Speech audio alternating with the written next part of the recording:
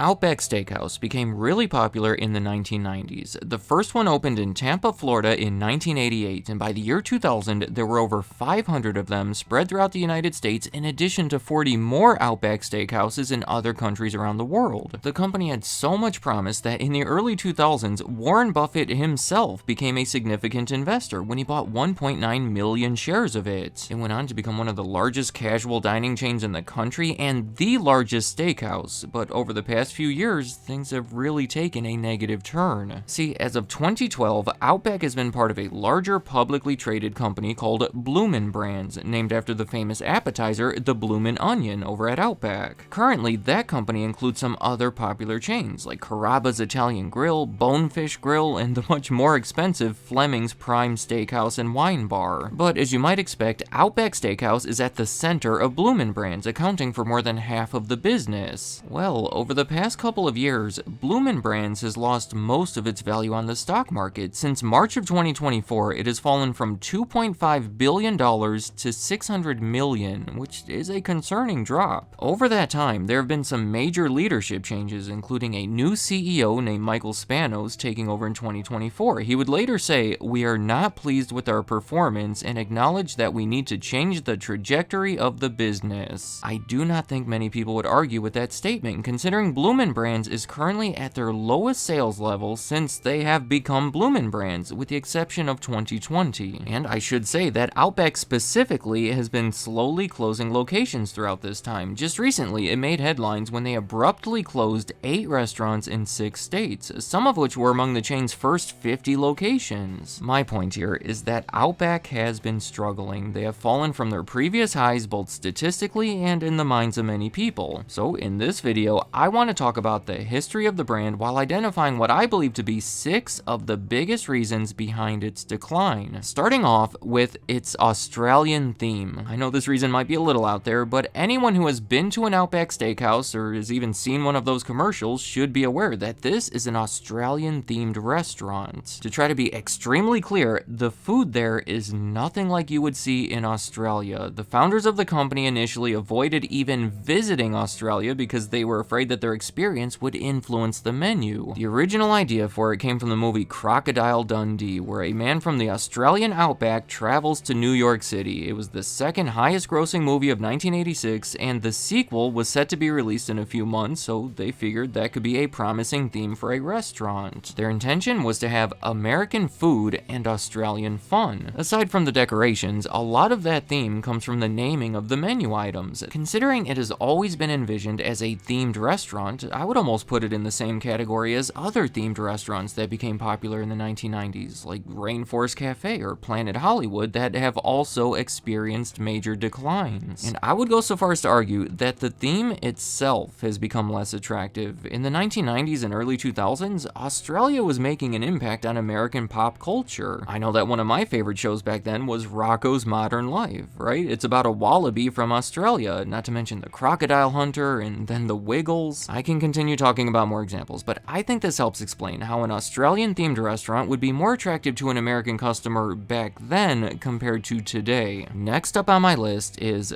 competition, coming from so many different directions. Fast casual concepts like Chipotle started gaining traction in the 1990s and have since become a threat to almost every casual dining restaurant. I mean, some of the biggest chains in the category, like Red Lobster and TGI Fridays, have filed for bankruptcy over the past couple of years, and I recommend checking out the videos I made about them if you want to hear more about the issues facing casual dining. In fact, I would argue that the largest and most successful casual dining restaurant over the past few years has been Texas Roadhouse, a direct competitor to Outback, considering they specialize in selling steaks and even offer an appetizer that is extremely similar to the Bloomin' Onion that they call the Cactus Blossom. As of 2024, they are estimated to be twice as big in terms of sales, with Outback falling into the number 3 position behind Longhorn Steakhouse as well, both of which feature a Texas or Western theme, potentially providing further evidence that an Australian theme is not quite as attractive as it used to be. So even the customers that have been sticking with casual dining steakhouses have been gravitating toward the other options, leading me into the next reason Outback Steakhouse might be providing a poor value. Compared to those other two chains, the average customer is paying more money to eat at Outback. The average check per guest is up to $29 per person compared to $23 at Texas Roadhouse. And I'll remind you that $23 also includes free peanuts along with those delicious rolls with honey cinnamon butter. Most of the Outback restaurants have not been remodeled or updated in a long time, giving them an older, potentially more depressing feeling compared to those others as well. Actually, as part of their recent turnaround efforts, Bloomin' Brands has allocated $40 million toward renovating the restaurants. Another part of these turnaround efforts is cutting out limited time promotions in favor of everyday values. They used to have all these promotions that would last like 10 to 12 weeks. They would be effective in attracting some customers, but then they would be unlikely to return once that promotion was over. In the words of their CEO, we were featuring items in short promotional periods that created complexity for our operators, and we failed to drive value in our core menu items. I think this is reflected in the fact that comparable restaurant traffic has been declining for most of the past decade. I don't really know what else to say here. Food Republic ranked it among the worst steakhouse chains in the country. There have been various polls that have rated it poorly. Obviously, this is a subjective reason, so please tell me in the comments whether or not you feel like eating at Outback is worth the price, but a lot of people seem to share the opinion that it is simply too expensive. My next reason behind the decline is going to be complex operations, meaning in many ways, Outback has become large and inefficient. See, the four founders of the restaurant all had backgrounds in the industry and felt that it was important to establish efficiency and a decentralized structure, meaning the restaurant managers were given a lot of decision-making power. Well, in 2005, Chris Sullivan, one of those co-founders, stepped down from his CEO position that he had held for the past 14 years and then resigned from the board of directors in 2017. What I'm trying to say here is that a lot of those founders have had declining influence over the company, and at this point, I think a lot of their founding principles have been abandoned. Famously, Outback was closed during lunch hours because they were seen as being less profitable, and the additional hours were taxing on the employees. Plus, as an added bonus, it allowed them to open lower rent locations away from workplaces because they were not concerned with attracting the lunch crowd. Well, as of 2015, they have been serving lunch nationwide, likely as a defensive move to try to remain competitive. But then, I imagine many of those Outback locations were not in ideal lunch areas, so it complicated their operations with a questionable benefit. Early on, they had a rule where there was one server for every 3 tables. Well, that crept up to one server every 6 tables before it was recently brought back down. They have also added kiosks to the tables recently so the customers could pay without the help of the server. They're also in the process of cutting 20% of their menu to simplify things. Overall, it seems like they have recognized that things have gotten a little too complicated, so they are making an effort to simplify things. Another potential reason is their involvement with other restaurants. In 1993, Outback acquired 50% control of a 2-restaurant chain in Houston called Carrabba's Italian Grill, named after its co-founder Johnny Carrabba. 2 years later, Outback bought the rights to open Carrabba's all around the country, and from that point, the company's attention has been split. The reasoning was that Outback had already expanded into so many different areas of the country that they needed a growth plan for when the market became saturated. The idea there was that they could continue expanding Carrabba's and then other restaurants like Bonefish Grill that they acquired in 2001 when it only had 3 locations. Over the years, they've been repeatedly criticized for investing in these other restaurants instead of focusing on Outback. I guess you could say it was similar to their menu, where they added a bunch of new stuff into the mix that complicated things and forced their attention into too many different directions. For my final reason behind the decline of Outback Steakhouse, I'm going to say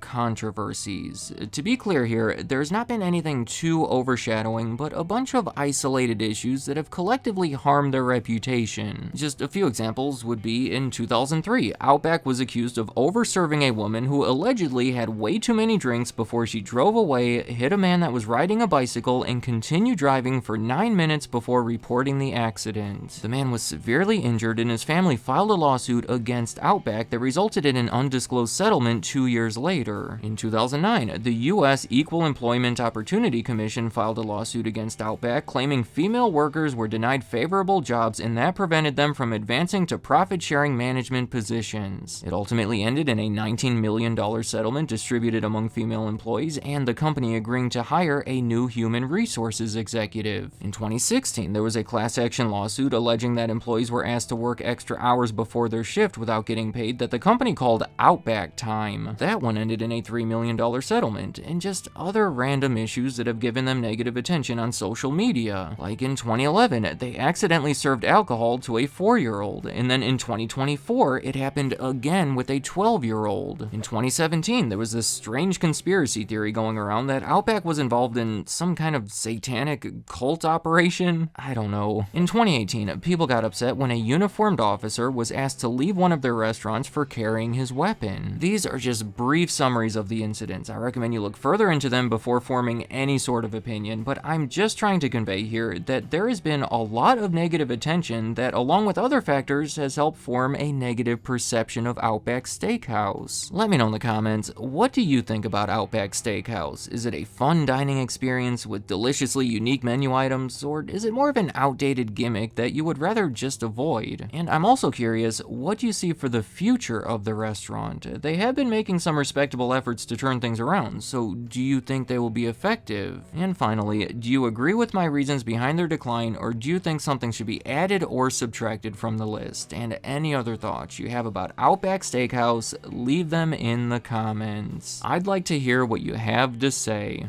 Thank you for watching.